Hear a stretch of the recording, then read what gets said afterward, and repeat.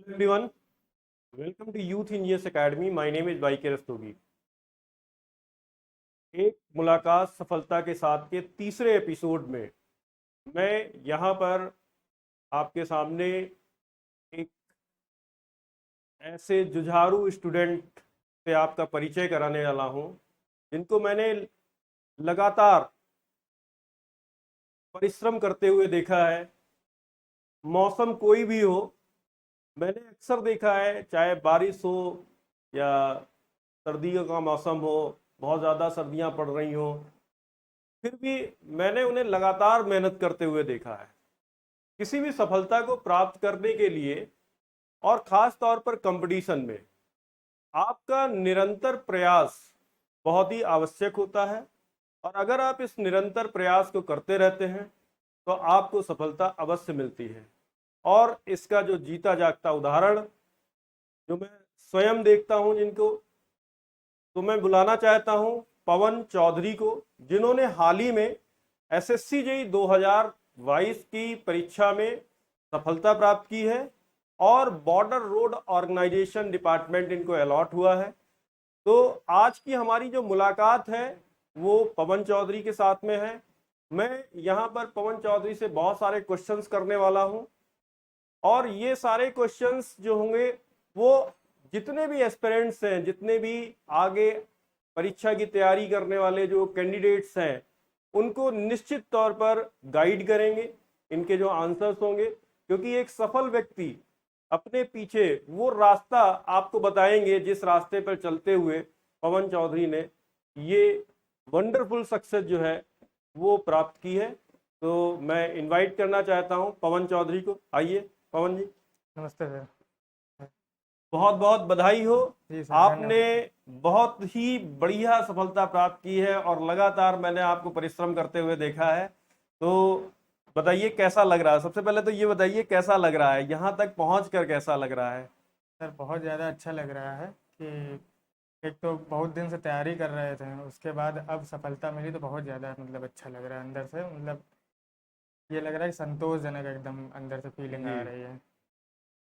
सफलता का देखिए, परिश्रम का यदि परिणाम आपको मिल जाता है, जी। परिश्रम जब तक आप करते रहते हैं जी सर। और परिणाम नहीं निकलता है तो अंदर कुछ ना कुछ मन में रहता है कि कुछ कमी रह गई। जो जी। अच्छे व्यक्ति होते हैं, जो परीक्षा के लिए वाकई जो मेहनत कर रहे होते हैं, वो हमेशा ये सोचते हैं कि अगर मैं किसी परीक्षा में असफल हो गया हूं तो निश्चित तौर पर वो कमी मुझ में है ना। कुछ लोग होते हैं कि वो सीटें कम थी या इस बार पेपर कठिन आया, वो अपनी तैयारी को परखने की बजाय जो है दूसरे बिंदुओं पर कार्य करते हैं। यदि जी। व्यक्ति जो है वो अपने अंदर की कमी को जो है वो सुधार करता चला जाए तो निश्चित तौर पर सफलता मिलती है। पहले क्वेश्चन पर मैं आता हूं। जी सर। मैं आपसे ये जानना चाहता हूं कि आप सबसे पहले हमारे जो दर्शक हैं उन्हें ये बताइए कि आपका जो शैक्षणिक पृष्ठभूमि है जी। वो जी। क्या है, क्या आपने किया है। जी, मैंने तो सिर्फ बीटेक किया है। बीटेक किया है एक अंसल टेक्निकल कैंपस से, जो कि लखनऊ में ही है। उस 2019 में मैं पास आउट हुआ था इसमें। फिर अच्छा। उसके बाद 2019 के बाद से मैंने मतलब स्टडी स्टार्ट करी एसएससी जेई के लिए। खासकर मैंने एसएससी जेई के लिए ही तैयारी करना स्टार्ट किया था। फिर मैंने ऑफलाइन कोचिंग आया तो पहले ऑफलाइन कोचिंग कोचिंग वगैरह ढूंढी। तो फिर सर के पास आया। सर ने मतलब इनके साथ मैंने मतलब कोरोना तक इनके साथ ही मतलब मैंने पढ़ाई की थी। तो फिर तो जैसे कि आपने बताया कि आपने बीटेक किया है और एसएससी जेई का एग्जाम ज़्यादातर वो बच्चे देते हैं जिन्होंने डिप्लोमा किया जी। होता जी। है। जी। तो बीटेक करने के बाद ज़्यादातर बच्चे गेट का एग्जाम देते हैं या ईएस का एग्जाम देते हैं। जी। लेकिन आपने एक लेवल नीचे आकर आपने एसएससी जेई के बारे में सोचा, जी। ऐसा क्यों सोचा आपने। ऐसा इसलिए सोचा कि सर थोड़ा मतलब जैसी हमारी मतलब कॉलेज की पढ़ाई थी वैसी कुछ ज़्यादा ही अच्छी नहीं थी। मतलब पढ़ने की तैयारी जो कर रहे थे, मतलब जी। पढ़ाई जो करी थी जी। वो ज़्यादा अच्छी नहीं थी देखा हाँ। जाए तो। और एक बार मतलब एक हमारे दोस्त मित्र हैं जो मतलब एसएससी जेई मतलब सीनियर ही कहलाएंगे, सीनियर ही थे वो। उनसे बात हुई थी तो उन्होंने मतलब हमने बताया कि एसएससी जेई है। तो उसके लिए मैंने सोचा कि चलिए एसएससी जेई की ही तैयारी करते, तो डेडिकेटेड एसएससी जेई के लिए ही पढ़ा मैंने। जी। फिर ईएससी और गेट के लिए तो फिर इतना ज़्यादा मतलब पैसा भी मतलब सोचा कि अब पैसा भी लगाना जी। उचित नहीं रहेगा, इसलिए जी। एसएससी जेई की ही तैयारी की थी मैंने। मैं सभी दर्शकों को ये बताना चाहता हूँ, देखिए डिप्लोमा जैसे कि आप जानते हैं कि मिनिमम क्वालिफिकेशन होता है एसएससी जेई एग्जाम के लिए, लेकिन जो बीटेक के स्टूडेंट्स हैं वो बेटर परफॉर्म कर सकते हैं। एक लेवल अगर नीचे आकर आप देखते हैं एसएससी जेई के एग्जाम को, तो एसएससी जेई का एग्जाम बिल्कुल वैसे ही है जैसे कि बीटेक वालों के लिए ईएस का एग्जाम होता है, वैसे ही डिप्लोमा वालों के लिए एसएससी जेई का एग्जाम जी होता सर, है। जी सर, ठीक है, तो जो बीटेक के स्टूडेंट्स हैं वो इस डायरेक्शन में जरूर सोच सकते हैं। ठीक है, जी सर, अब आपसे मैं ये जानना चाहता हूँ, दूसरा क्वेश्चन मेरा जो है वो ये है जी कि आपने तैयारी कब स्टार्ट की? आपने पढ़ते पढ़ते अपने बीटेक के समय से ही तैयारी स्टार्ट कर दी थी, या नहीं, फिर आपने बीटेक करने के बाद में तैयारी स्टार्ट की? बीटेक करने के बाद ही मैंने मतलब 2019 जैसे ही मेरा रिजल्ट आया उसके 1 या 2 महीने बाद मैंने सोचा कि चलिए जॉब करते हैं। जी। फिर जॉब नहीं सोचा, फिर मैंने सोचा कि सरकारी ही जॉब करनी चाहिए। पहले तो एक बार दिमाग में आया कि प्राइवेट जॉब करते, क्योंकि अच्छा दोस्त जो अच्छा। थे वो प्राइवेट जॉब ही कर रहे थे। तो मैंने ये सोचा कि चलिए सरकारी जॉब की तैयारी करते हैं, तो फिर उसके बाद सरकारी जॉब के लिए मतलब मैंने पढ़ाई स्टार्ट करी। 2019 से आप ये समझिए, बीटेक करने के बाद में 2019 से कोचिंग ज्वाइन की, उसके बाद से अपनी तैयारी को लगातार जारी रखा, अपने अंदर आए जो कमियां थी उनमें सुधार लाते चले गए और आपको सफलता प्राप्त हुई। जी सर। अच्छा, ये बताइए कि तैयारी के समय क्या क्या चैलेंजेज आए और आपने उन चैलेंजेस को कैसे डील किया? चैलेंजेस तो सर सभी स्टूडेंट्स की मतलब उसमें आता है कि मतलब जी कैसे पढ़ाई करें। पहले तो जब स्टार्ट करा तो 1-2 सब्जेक्ट तो बहुत इजी हैं हमारे जी। सिविल इंजीनियरिंग में। फिर उसके बाद जब टफ सब्जेक्ट आते हैं तो फिर ऐसा लगता है कि मतलब कभी कभी ऐसा फेज आता है कि कुछ आता ही नहीं। हाँ। तो उसके लिए फिर मतलब अंदर से लगता है कि अब शायद ना पढ़ा जाए या हाँ। ना किया जाए, लेकिन फिर अंदर से आता है कि अब इसके अलावा आप करेंगे ही क्या। जी तो इसलिए मतलब धीरे धीरे करते करते कॉन्सेप्ट क्लियर करते करते अब थोड़ा तो मेहनत करना ही पड़ेगा, जी कि जी। ऐसा तो है नहीं कि मतलब कि एकदम से ही सब आ जाएगा। जी पढ़ना पड़ेगा, डेली लगातार पढ़ना पड़ेगा। हाँ ये है कि अगर आप कंसिस्टेंसी बनाए रखेंगे अपनी पढ़ाई में और कॉन्सेप्ट क्लियर करते रहेंगे, हमारे टीचर्स थे उनसे पूछते थे कॉन्सेप्ट जो मतलब रहते थे क्लियर, तो क्लियर करते चले जाते, तो और कोई खास परेशानी नहीं होती पढ़ाई में। जी बस ये रहता है कि आप कंसिस्टेंसी बनाए रखें, जी। इधर उधर मतलब ज़्यादा डिस्ट्रैक्ट ना हो। बस डिस्ट्रक्ट। यही है, डिस्ट्रैक्शन नहीं होना चाहिए बस। तो और देखिए, जो कुछ नहीं। इन्होंने बताया, मैं उसका थोड़ा सा जस्ट आपको बताता हूँ। कई स्टूडेंट्स ऐसे होते हैं कि जो सब्जेक्ट कठिन होते हैं उनसे हार मान लेते हैं, उन्हें नहीं छोड़ देते हैं, उन्हें नहीं पढ़ते हैं। लेकिन जैसा कि पवन चौधरी ने बताया कि जो कठिन सब्जेक्ट्स थे उनके लिए भी ये प्रयासरत रहे, उनको भी कोशिश की समझने की, अपने टीचर्स की हेल्प ली और कोचिंग की हेल्प ली, और जो भी बुक्स वगैरह हैं, इंटरनेट पर बहुत सारा मटेरियल है, वहाँ से हेल्प लेकर आखिरकार उन्होंने उस सब्जेक्ट में भी अपनी अंडरस्टैंडिंग डेवलप की। जी और ये बहुत जरूरी होता है कि आप कहीं पर किसी भी स्टेज पर अगर एक सब्जेक्ट से आप हार मान लेंगे तो फिर एग्जाम तो बहुत बड़ी चीज है। ठीक है, चलिए नेक्स्ट क्वेश्चन है। अभी जैसे कि मैं इस इंटरव्यू से पहले आपसे बात कर ही रहा था कि अब आगे की आपकी क्या योजना है, और ये सफर आपका यहीं पर थम जाएगा या फिर कुछ और भी करने का इरादा रखते हैं? अब सर देख ही रहे हैं कि आप एसएससी जे में बीआरओ अलॉट हुआ है। जी बीआरओ तो मोस्टली लोग जो रहते हैं वो छोड़ ही देते हैं, मतलब ज्वाइनिंग करने के बाद जी। छोड़ देते हैं, ऐसा मानना रहता है और बीआरओ जो है वो अच्छी जॉब है, लेकिन फिर भी मैं मेरा तो ये था कि सीपीडब्ल्यूडी ही में जाना है, तो अच्छा अच्छा। उसके लिए तैयारी करते रहेंगे। 2023 की भी तैयारी करेंगे, उसमें भी देंगे। मतलब अभी भी आप तैयारी कर रहे हैं? जी सर, अभी भी जाते अभी हैं। भी लगे हुए हैं? जी देखिए, जी जो सर। लक्ष्य है उसे हर हाल में पाना है।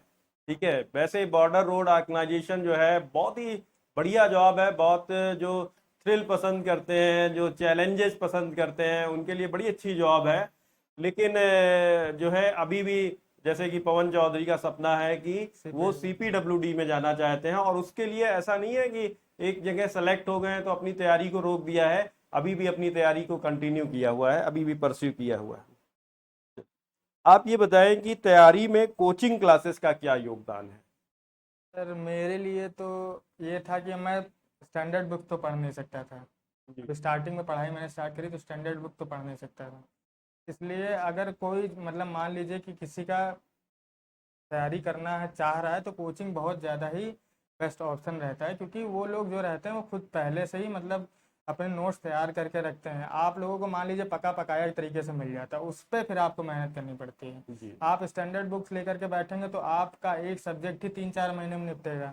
अब इस हिसाब से हम लोग में 12 से 13 सब्जेक्ट हैं, तो उस हिसाब से गुणा कर सकते हैं, तो बहुत ज़्यादा साल लग जाएंगे। इसलिए कोचिंग क्लासेस का तो ये रहता है कि आपके पहले तो डाउट क्लियर हो जाते हैं। जी अगर आपको कोई डाउट रहता है सिविल इंजीनियरिंग में, तो डाउट ही डाउट रहता है, जी तो उसको क्लियर, सबसे पहले तो उसको क्लियर किया जा सकता है। जी सिविल इंजीनियरिंग का सबसे बड़ा वो है।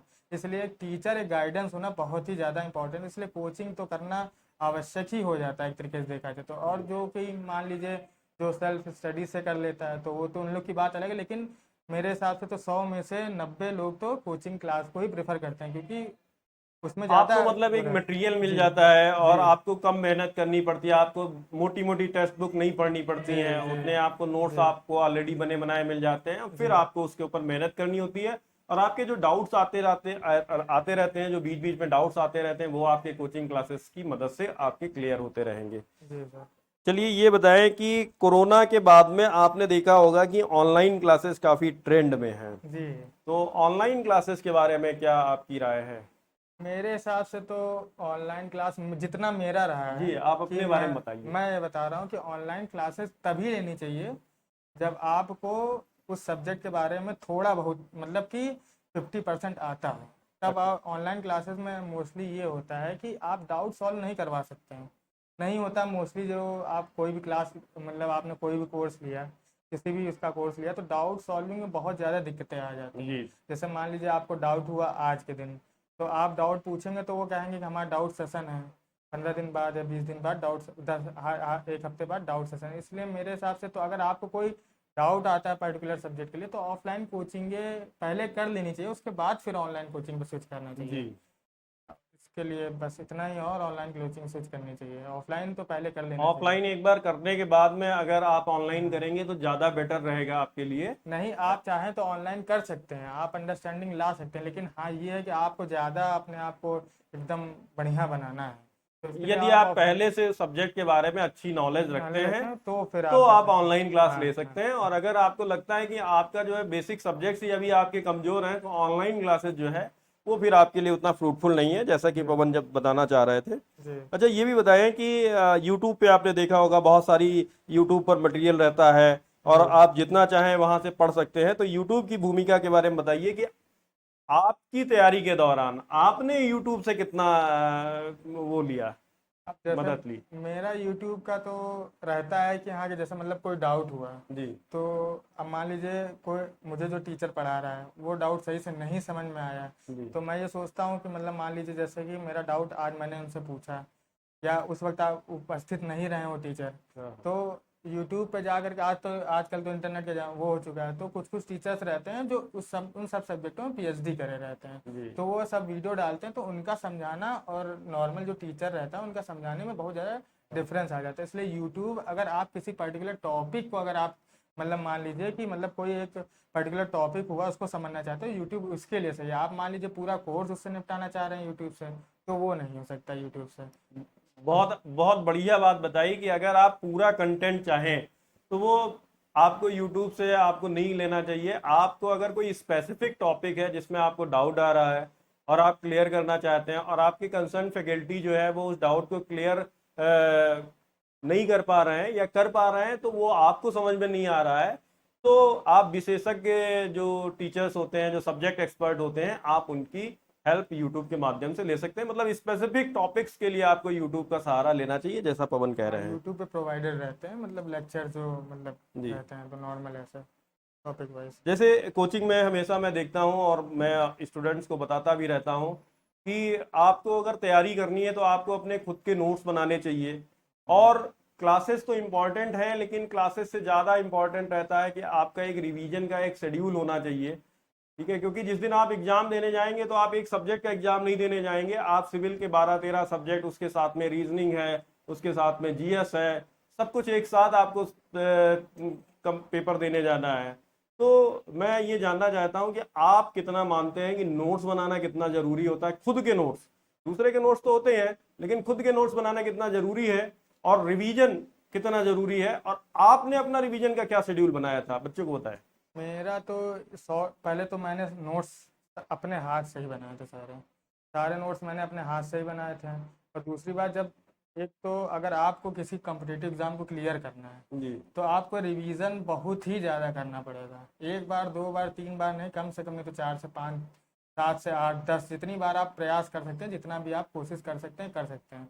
मेरा तो रिवीजन का ये था कि जैसे मान लीजिए मेरा 2021 का मैंने 2020 वाला पेपर जी दिया था, 2019 में तो तैयारी की थी, जी 2020 वाला पेपर दिया था, तो उसमें सिर्फ और सिर्फ इसी वजह से रुक गया था कि मैंने रिवीजन सही से नहीं किया था। जी इसीलिए मैंने 2021 के बाद रिवीजन को ही सबसे ज़्यादा, मतलब एक क्वेश्चन प्रैक्टिस और रिवीजन, दो चीज़ें जो रहती हैं एक एसएससी जेई को निकालने के लिए, मेरे हिसाब से एसएससी जेई को निकालने के लिए रिवीजन बहुत ज़्यादा ही ज़रूरी होता है। और शॉर्ट नोट्स भी अगर आप बना सकते हैं खुद के तो बना सकते हैं, अगर नहीं बना पाते हैं तो बहुत ज़्यादा, मतलब मार्केट में स्टैंड वो बुक्स आती हैं, हैंडबुक्स वगैरह हैंडबुक्स होती है। वगैरह आती हैं, उसको आप ले सकते हैं। अगर शॉर्ट नोट्स बना सकते हो, मेरे हिसाब से शॉर्ट नोट्स बना लेने चाहिए जो बहुत बड़े सब्जेक्ट, जैसे मान लीजिए हम लोगों को सब्जेक्ट रहता है सॉइल का, आरसीसी का, तो इनके जो रहते हैं एक पर्टिकुलर डाटा अपने मतलब अपने खुद की एक कॉपी बना करके उसमें लिख सकते हैं, जिससे कि आपको खुद समझ में आ जाएगा। उसके बाद तो नोट्स आप पढ़ सकते हैं जितना, मतलब नोट्स को तो खूब ही पढ़ना है, बहुत ज़्यादा ही पढ़ना है। रिवीजन बहुत मस्ट है। बिना रिवीजन के, जैसा कि पवन ने बताया, जो पहला अटेम्प्ट इनका था उसमें ये पेपर देने गए तो बिना रिवीजन के गए। रिवीजन उस समय इतना इन्होंने अपनी प्रैक्टिस में नहीं लाया हुआ था, और पेपर देने के बाद में इन्हें ये एहसास हुआ कि आता तो सब था, लेकिन रिवीजन ना करने की वजह से आज ये पेपर मेरे हाथ से चला गया है। और उसके बाद में फिर रिवीजन को इन्होंने अपने शेड्यूल में लेकर आए, और आज देखिए आप, आपके सामने जूनियर इंजीनियर बन के खड़े हैं। अच्छा, ज़्यादातर एग्जाम्स में आपने जैसे देखा होगा कि नॉन टेक्निकल सब्जेक्ट्स हैं, जीएस है, रीजनिंग है, करंट अफेयर्स है, ये सब पूछा जाता है। जी तो इसके लिए कैसे स्ट्रेटजी बनानी चाहिए, और आपने कैसे स्ट्रेटजी बनाई? देखिए, मेरे क्वेश्चन हमेशा ये रहते हैं कि स्ट्रेटजी कैसे बनानी चाहिए और आपने कैसे बनाई। मेरा तो मानना ये है कि इंजीनियर जो रहते हैं वो, मतलब जो नॉर्मल नॉन टेक रहती है उसमें सही नहीं रहता। मैं भी सही नहीं हूँ, अच्छा। मैंने भी ऐसा कहा, मैं भी सही नहीं हूँ। तो मैंने तो ये किया था कि जैसे रीजनिंग जो रहता है, हम लोग का रीजनिंग तो कमांड में ला सकते हैं, लेकिन कमांड ला जीएस, सकते हैं, मैथ्स हमारा जीएस एक बैकग्राउंड ऐसी, रहता है। जीएस हाँ मैथ्स बैकग्राउंड रहता है, लेकिन जीएस एक ऐसी चीज़ है जिसको आप नहीं पढ़ सकते। अगर आप पढ़ेंगे उसको तो 6 से 7 घंटा आप जीएस ही पढ़ते रह जी जाएंगे। इसलिए जीएस के लिए तो एसएससी जेई का सिनेरियो यही रहता है कि वो आजकल, मतलब 2018 के बाद से ये हो गया कि 15 से 20 क्वेश्चन या 10 क्वेश्चन तो मिनिमम करंट अफेयर के आते हैं। तो आप करंट अफेयर डेली बेसिस पे, आप डेली बेसिस पे तो पढ़ नहीं सकते हैं। आप ये कर सकते हैं कि जैसे मान लीजिए आप महीनेवार पुस्तिकाएं आती हैं, मार्केट में अवेलेबल रहती हैं, उनको आप ले करके आप धीरे धीरे उसको, मतलब करंट अफेयर को पूरा कंठस्थ कर सकते हैं एकदम। मान लीजिए अब आप ये सोचेंगे कि 1 महीना बचा है तो मैं करंट अफेयर पूरी पढ़ लूँ, तो 1 महीने में करंट अफेयर आप नहीं पढ़ते। जैसे मान लीजिए आपके पास अभी मान लीजिए 3 महीना है आपके पास, तो 3 महीने में आप जितनी पुस्तक, 6 महीने की आपको, अभी 6 महीना बचा है पूरा, जनवरी से लेकर के जून तक, तो जून तक आप 6 महीने की एक पुस्तिका ले लीजिए पहली बात, तो उसको आप पूरा रिवाइज कर लीजिए। उसके बाद अब जो महीनेवार आपकी पुस्तिकाएं मिलती हैं उनको आप डेली शेड्यूल में ला करके रिवीजन करते रहे, क्योंकि नाम रहते हैं, नाम तो हम लोग को याद नहीं रहते, तो उसको बार बार पढ़ना पड़ता है। आप ट्रिक बना सकते, ट्रिक लेकिन हर जगह काम नहीं आ सकती। आप बार बार अगर उस चीज़ को पढ़ेंगे, सुबह उठ करके आधा घंटा 45 मिनट आप दे देंगे उस पर्टिकुलर करंट अफेयर को, तो आपको 15 नंबर तो आपके फिक्स हो गए पहली बात। तो उसके बाद साइंस जो रहता है हम लोगों का, साइंस भी 15 नंबर की मेरे हिसाब से आती है, 15 नंबर 20 नंबर तक आती है, 15 नंबर मिनिमम 15 नंबर की आती है। तो साइंस भी आप नॉर्मल किसी यूट्यूब से, या तो आप कोचिंग कर रहे हैं तो कोचिंग में ही साइंस वाइंस पढ़ा दी जाती, तो आप वो पढ़ करके आप साइंस में भी 10 नंबर तक ला सकते हैं। तो आपके 20 नंबर ये आ गए। उसके बाद अगर आप अब मैक्सिमम आप इतना तो पढ़े ही होंगे कि आप 10 नंबर तो और ला ही सकते हैं, तो 30 नंबर, 30 प्लस आप किसी भी हर हालत में अगर आपने इस तरीके से पढ़ा तो 30 प्लस आपके आ सकते हैं। इसमें कोई दो राय वाली बात नहीं है। नॉन टेक के लिए ज़्यादा आप सोचे कि हम 50 में 50 ले आए, तो 50 में 50 कोई भी नहीं ला सकता नॉन टेक में, मेरे हिसाब से तो। ठीक है। तो जैसा कि आपने देखा, बिल्कुल जो रियल स्टोरी होती है, जो रियल स्ट्रैटेजी होती है, जो स्टूडेंट्स बना के चलते हैं, वो पवन ने बताई कि इन्होंने ऑलरेडी सोच रखा था कि 50 में 50 नहीं लाने हैं हमें, है ना। पहले से गणित लगा लेते हैं बच्चे कि हमें टेक्निकल में कितना करना है, हमें नॉन टेक्निकल में कितना करना है, और उसके हिसाब से इन्होंने पेपर का एनालाइज कर लिया कि करंट अफेयर के इतने क्वेश्चन आते हैं, साइंस से इतने क्वेश्चन आते हैं, और अगर मैं दो चीज़ें पकड़ कर चलूंगा, करंट अफेयर पकड़ के चलता हूँ, साइंस पकड़ के चलता हूँ, तो मैं ऑलरेडी जो है 25 से 30 नंबर तक जो है वो निकाल लूंगा इसमें। और इससे ज़्यादा के लिए इन्होंने प्रयास नहीं किया। बाकी हिस्ट्री और ज्योग्राफी तो पॉलिटी सबसे ज़्यादा इंपॉर्टेंट होती है पॉलिटी पहले ज़्यादा तो। इंपॉर्टेंट होती है। पॉलिटी के आपके 3 से 4 क्वेश्चन आपको मिल जाते हैं, उसके जी। बाद हिस्ट्री तो आप कुछ ब कुछ पढ़ेंगे। स्टैटिक तो बहुत ज़्यादा पूछता है, तो स्टैटिक के चक्कर में मेरे हिसाब से तो नहीं पढ़ना चाहिए, क्योंकि 10-15 नंबर की आती है, उसके लिए आपको बहुत ज़्यादा पढ़ना पड़ेगा, तो उसके लिए तो कोई मेरे हिसाब से तो नहीं पढ़ना चाहिए। लेकिन हाँ, ये है कि आपके पास समय है, आप 1 साल से पढ़ रहे हैं या 2 साल से पढ़ रहे हैं, तो आप लगातार पढ़ रहे हैं उसी के लिए, स्टैटिक के लिए लेकर, तो आप कर सकते अच्छा, एक क्वेश्चन हैं। है न्यूमेरिकल सब्जेक्ट, न्यूमेरिकल्स को लेकर पेपर में जो न्यूमेरिकल्स आते हैं, कभी कभी होता क्या है कि न्यूमेरिकल्स में बच्चे अक्सर ट्रैप कर लिए जाते हैं। जी पेपर वाला जो है, आपका कोई पसंदीदा टॉपिक है, उसका न्यूमेरिकल आ गया, आप उससे उलझ गए, नंबर एक ही मिलना है। जी नंबर हर एक क्वेश्चन के लिए आपको एक ही मिलना है। और अगर न्यूमेरिकल क्वेश्चन आया और आपने जो है उसमें ज़्यादा समय दे दिया, तो आपके क्वेश्चंस भी छूट जाएंगे और नंबर भी अल्टीमेटली आपको एक ही मिलने वाला है। तो आप बताइए, आपकी क्या राय है कि न्यूमेरिकल क्वेश्चंस अगर आते हैं तो उनसे किस तरह से डील करना चाहिए? मेरा तो सर ये था कि मेरे पेपर में न्यूमेरिकल आए थे, हाँ। तो न्यूमेरिकल के लिए तो पहले मैंने ये किया कि न्यूमेरिकल को मैंने पढ़ा। अगर मुझे लगा कि वो, जैसे मान लीजिए कुछ कुछ न्यूमेरिकल्स ऐसे रहते हैं, जैसे आरसीसी का क्वेश्चन होगा, जी। उसमें डेप्थ का मतलब न्यूट्रल एक्सिस निकालने के लिए आता है, ठीक हाँ। है। तो उसको डेप्थ निकालने के लिए हम लोग का नॉर्मल फॉर्मूला रहता है, अगर उस पर बेसिस रहता है तो डायरेक्ट उसी वक्त निकाल देते हैं।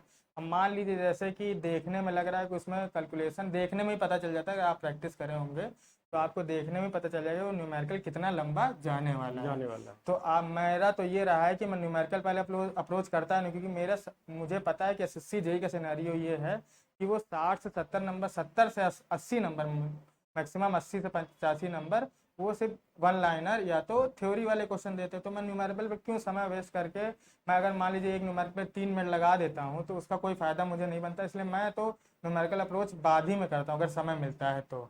नहीं तो मैं न्यूमेरिकल अप्रोच नहीं करता हूँ, क्योंकि मेरे से जब 70-80 नंबर वहाँ बन ही जाएंगे, तो मैं न्यूमेरिकल 5-10 नंबर के लिए क्यों प्रयास करूँ इतना। इसलिए मैं न्यूमेरिकल में ज़्यादा अप्रोच नहीं करता। हाँ ये, लेकिन मान लीजिए कि जैसे कि आपका पास समय ज़्यादा बच रहा है, लास्ट में समय बचा, लेकिन एसएससी जेई में तो ऐसा नहीं रहता कि आपको समय बचे, क्योंकि आजकल रीजनिंग ऐसी दे देते हैं कि आपका समय नहीं बचने वाला। अगर आपका बच जाता है समय, फिर भी आप मान लीजिए समय बच रहा है, तो आप उसको अप्रोच करिए, अन्यथा आप अप्रोच मत करिए एसएससी जेई के लिए। जैसा कि इन्होंने बताया कि न्यूमेरिकल क्वेश्चंस को आप रिव्यू कर दीजिए, रिव्यू के लिए डाल दीजिए। आप उसमें कुछ कलर्स आते हैं, उन मार्क कर दीजिए। बाद में आप जो है, अगर आपके पास समय बचता है तो आप उन क्वेश्चंस पे वापस जाके आप उनको देख सकते हैं, उनको ट्राई कर सकते हैं, लेकिन समय आपको नहीं गंवाना है। हम्म। अच्छा, ये बताएं कि आपको क्या लगता है कि आपसे इस जो आपकी ये सफलता की जो जर्नी है, इस जर्नी में आपसे क्या क्या गलतियां हुई, और आप हमारे स्टूडेंट्स को बताना चाहेंगे कि वो ना करें? मेरी गलतियां तो याद रहती नहीं है, लेकिन खैर गलतियां जो है, हाँ। गलती तो मेरी एक सबसे बड़ी ये थी कि मैं रिवीजन, मतलब स्टार्टिंग में 1 साल, मतलब मान लीजिए 2019-2020 तक मैंने रिवीजन किया ही नहीं, बस सब्जेक्ट पढ़ लेता था, उसको रख देता था। फिर मान लीजिए दूसरी बार पढ़ा तो नहीं याद रहता था, तो फिर सोचता था शायद याद हो जाए। और मेरा ये था कि मैं शॉर्ट नोट्स, मतलब जो गलतियां हो जाती थी जी। उनको लिखता नहीं था। हाँ। आजकल मेरे हिसाब से मैं जैसे किया हूँ वैसे मोस्टली लोग भी करते होंगे, जिनका सिलेक्शन नहीं होता है वो यही करते होंगे कि वो एक बार पढ़ लेते होंगे, फिर उसके बाद ये सोचते होंगे मुझे तो याद हो गया। हाँ। लेकिन अब ह्यूमन टेंडेंसी तो यही होती कि वो भूल जाते हैं। तो भूलना मतलब, मान लीजिए अब आपको अगर भूलने से बचना है तो उसको 2 से 3 बार तो रिवीजन करना ही पड़ेगा। तो आप कोई भी छोटी चीज़ हो चाहे बड़ी चीज़ हो, तो उसका रिवीजन आपको बहुत ज़्यादा ज़रूरी है। इसलिए सबसे ज़्यादा आपको रिवीजन ही करना चाहिए, रिवीजन पर सबसे ज़्यादा ध्यान देना चाहिए।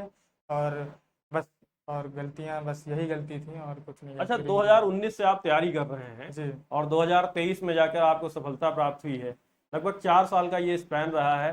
चार जी। साल में कभी आपको ये नहीं लगा कि आपका जो प्रिपरेशन है वो बोरिंग हो गया है, और मतलब मुझे नहीं, सफलता नहीं मिल रही है, मैं लगातार प्रयास कर रहा हूँ, या सब्जेक्ट्स पढ़ते पढ़ते, वही सब्जेक्ट्स बार बार पढ़ते पढ़ते आप बोर होने लगे, तो आप क्या करते हैं, या बोरिंग से खुद को कैसे बचाते हैं? बोरियत आपको लगे तो सबसे पहले आप न्यूमेरिकल पे चले जाइए। आपको कोई कॉन्सेप्ट नहीं आता तो उस पे चले जाइए। अगर जैसे सब्जेक्ट आप पढ़ रहे हैं, सॉइल पढ़ रहे हैं, ठीक है, तो कोई ऐसा टॉपिक ले लीजिए जो नहीं आपने पढ़ा है, कभी नहीं पढ़ा, उसको आप मतलब किसी यूट्यूब चैनल पर जा करके उस टॉपिक को पढ़ लीजिए, तो आपको इंटरेस्ट डेवलप हो जाएगा उस टॉपिक से, पर्टिकुलर टॉपिक से। अगर आपको मान लीजिए कोई चीज़ नहीं आती तो उसको करने का प्रयास करिए, क्योंकि आपको जैसे मान लीजिए आपको अच्छा नहीं लग रहा बार बार वही चीज़ें आप पढ़ रहे हैं, तो आप इसमें ये कर सकते हैं कि आप उसी को मतलब कोई जो टॉपिक आपको नहीं आता है उस टॉपिक को आप अप्रोच कर सकते हैं उस जो जब आपको मन नहीं लग रहा है, तो बस यही रहता है। बहुत सारी बातें करी हमने पवन से, उनकी जर्नी के बारे में पूछा, कहाँ से उन्होंने स्टार्ट किया, क्या क्या गलतियाँ की, उन गलतियों से किस तरीके से डील किया, सब्जेक्ट्स को पढ़ने का, नोट्स बनाने का, रिवीजन करने का, और न्यूमेरिकल प्रॉब्लम्स को किस तरह से उन्होंने डील करने का जो आपको सुझाव दिया है, वो निश्चित तौर पर मैं ऐसा मानता हूँ कि वो आपके लिए बहुत ही ज़्यादा हेल्पफुल होने वाले हैं। तो आज की मुलाकात मैं यहीं तक रखता हूँ। पवन को मैं आने वाले फ्यूचर के लिए बहुत सारी शुभकामनाएं देता हूँ, और इनका भविष्य उज्जवल हो, और इसी तरह से ये सफलता की सीढ़ियों पर चलते जाएं, अपने माता पिता, अपने गुरुजनों और अपने समाज में एक नायक की भूमिका में उभर के आए, लोग इन्हें देखकर प्रेरित हों। और वाकई सफलता प्रेरणा देती है, और सफलता, आपने आज एक सफल व्यक्ति से आपकी मैंने मुलाकात कराई है, इससे आपको भी प्रेरणा मिली होगी। और इन्हीं सारी शुभकामनाओं के साथ में आज का ये जो इंटरव्यू है मैं यहीं पर समाप्त करता हूँ। एक बार फिर से पवन को बहुत बहुत शुभकामनाएं। जी thank you sir, thank you very much.